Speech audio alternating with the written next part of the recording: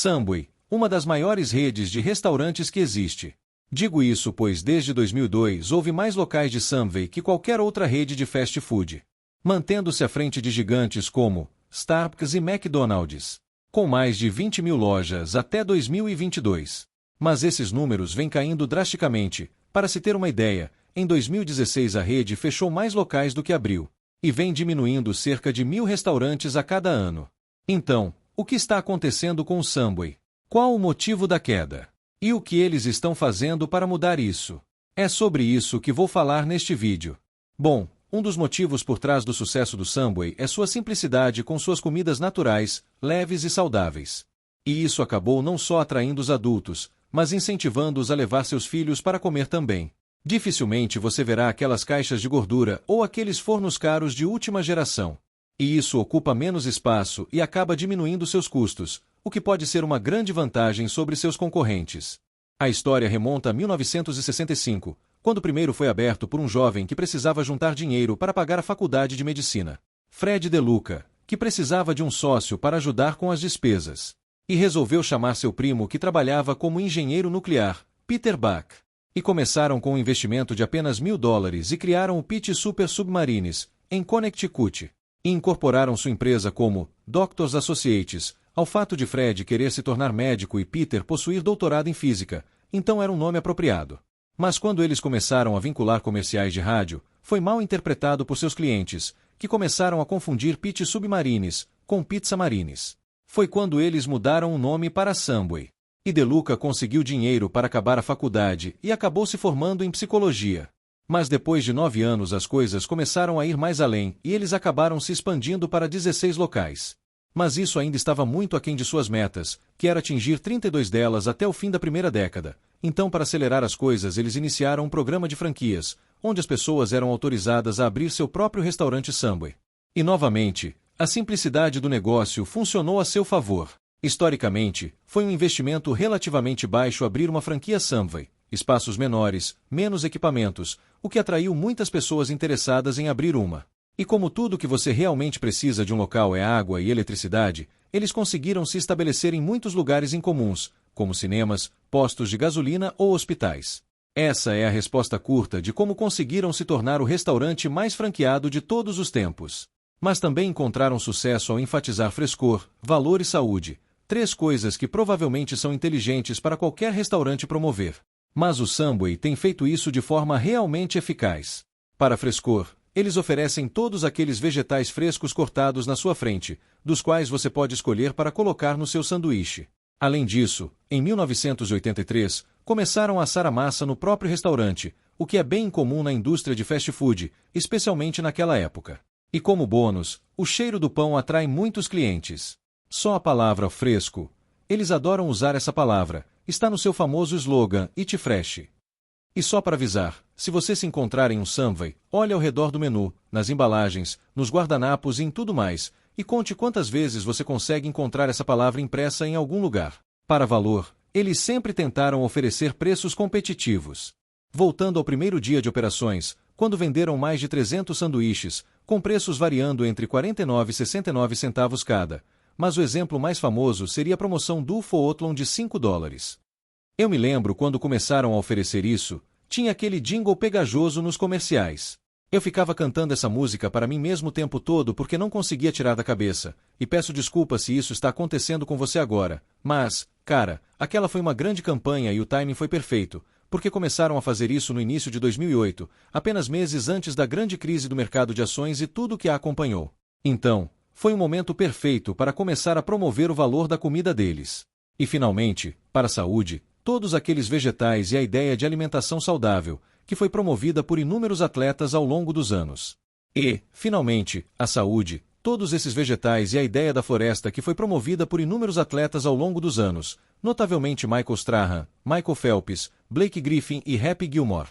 Este delicioso e fresco combo de frios, recheado com peru, é sem dúvida a forma mais bem-sucedida com que promoveram a saúde de seus sanduíches, com Jared Fogle. Ele era um estudante universitário que perdeu 245 libras comendo Subway 2 vezes por dia. O jornal universitário escreveu um artigo sobre isso, então a história se espalhou, e ele rapidamente se tornou o porta-voz da marca. Quero dizer, esse cara se tornou uma sensação improvável. As pessoas começaram a chamá-lo de "o cara do Subway". Ele apareceu em mais de 300 comerciais durante um período de 15 anos, muitos dos quais mostravam ele segurando o par de calças tamanho 60 que usava antes de perder peso. Ele foi o centro de um episódio de South Park, e o diretor de marketing da empresa afirmou que atribui até metade do crescimento da marca nesse período a essa campanha. Então, sim, frescor, valor e saúde. É isso que o Subway quer que você associe à marca. Mas como mostrei antes, as coisas tomaram um rumo negativo, e este vídeo vai ficar bem mais depressivo à medida que eu listar as que considero serem as 5 maiores razões por trás dessa queda. Primeira razão, eu acho que eles abriram muitas lojas. Acontece que 27 mil unidades nos Estados Unidos pode ter sido um número excessivo.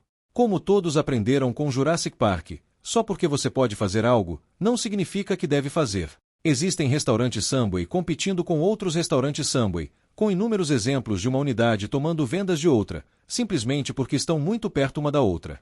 Acho interessante que o Subway original, o primeiro estabelecimento com o nome de Pete, nem estava indo muito bem. Fred DeLuca disse que abriu o segundo restaurante para criar uma imagem de sucesso. Você sabe, se você está crescendo e abrindo novos restaurantes, as pessoas se familiarizam com o nome e acham que deve ser bom, porque muita gente vai lá. Você entende o que estou dizendo? E acho que ele manteve essa mentalidade em relação à marca, conforme continuou a expandi-la para níveis exagerados nas décadas seguintes. Quando alguém diz que o Subway é o maior restaurante de fast food do país, acho que isso pode ser um pouco enganoso. Eles têm mais localizações, mas isso não significa que mais pessoas estão comendo lá. Quando se mede pelas vendas gerais do sistema, o que eu acho ser a medida mais apropriada, McDonald's, Starbucks e mais 5 outros são, de fato, maiores que o Subway, e isso porque as vendas do Subway por local são anormalmente baixas. Por exemplo, o Chick-fil-A tem apenas 1/6 das localizações do Subway, mas faz o dobro das vendas. Agora, o Chick-fil é o líder da indústria, então talvez não seja uma comparação totalmente justa, mas mesmo quando comparado com outras cadeias de sanduíches similares, o Subway é notavelmente mais baixo. Tudo isso sugere que o Subway estava mais interessado em ter muitas localizações do que em ter locais eficientes e lucrativos. Minha próxima razão para a queda deles é a morte de Fred DeLuca. Agora, isso pode soar contraditório em relação à razão anterior, de alguma forma, mas quero deixar claro que, embora a abordagem dele para administrar o Subway não tenha sido a mais segura ou até mesmo a mais inteligente em alguns aspectos, ele ainda é a principal pessoa por trás do Subway, facilmente uma das maiores histórias de sucesso de todos os tempos. Quando adolescente, ele pegou $1.000 e, ao longo de 50 anos, se tornou bilionário com isso. Ele era conhecido por estar profundamente envolvido com a empresa, às vezes até indo a um restaurante disfarçado para experimentar a comida e verificar como as coisas estavam indo no nível da loja. Em 2013, ele foi diagnosticado com leucemia e, em 2015, o controle das operações diárias foi passado para sua irmã. Pouco antes de ele falecer, foi uma época difícil, para dizer o mínimo, quando a gestão não estava exatamente no auge, e após essa situação, a pessoa que mais conhecia a empresa e, sem dúvida, mais se importava com ela, não estava mais lá para orientá-la. Acho que vale a pena apontar que há uma correlação aqui. As vendas do Subway começaram a cair em 2015, logo depois que ele faleceu. A próxima razão na lista são as campanhas desastrosas. É uma pena, mas ambas as maiores campanhas publicitárias deles, a de Jared Fogle e a do $5 footlong, se transformaram em desastres completos. Sobre Jared, é triste até falar muito sobre isso, mas imagino que você já saiba que ele está longe de ser o modelo inspirador que muitas pessoas viam nele. Eu só vou dizer que, em 2015, note que é o mesmo ano de novo, ele foi condenado a 15 anos de prisão por crimes envolvendo menores. Agora, com a campanha do $5 footlong, não é tão grave, espero eu, mas também acabou azedando depois de uns 4 ou 5 anos. Eles quase tiveram que começar a descontinuar a promoção porque estava se tornando impraticável manter aquele preço. Então, depois que as coisas começaram a cair em 2018, acho que eles estavam começando a perceber. Desesperados, eles tentaram forçar a promoção de volta de uma maneira ligeiramente diferente, com $4,99 footlong, mas não durou muito porque ainda não conseguiam arcar com os custos e os franqueados ficaram chateados com a empresa por causa disso. Isso prejudicou o relacionamento com os franqueados, e eles ficaram sem nenhuma de suas campanhas comprovadas para se apoiar.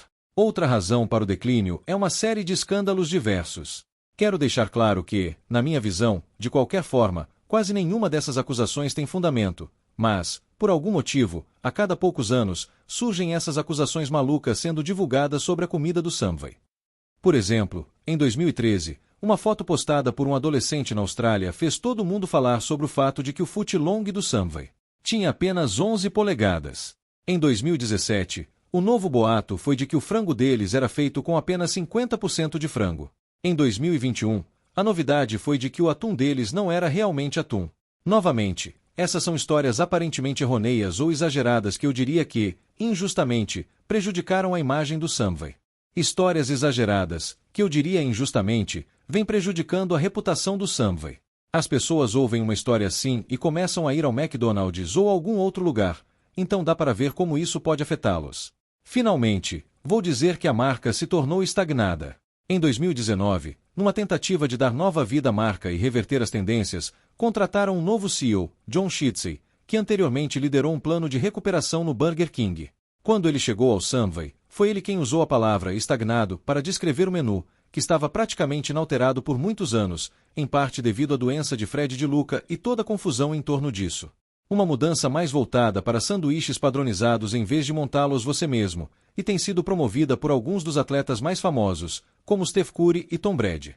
Eles investiram 80 milhões de dólares para comprar fatiadores de carne para os restaurantes.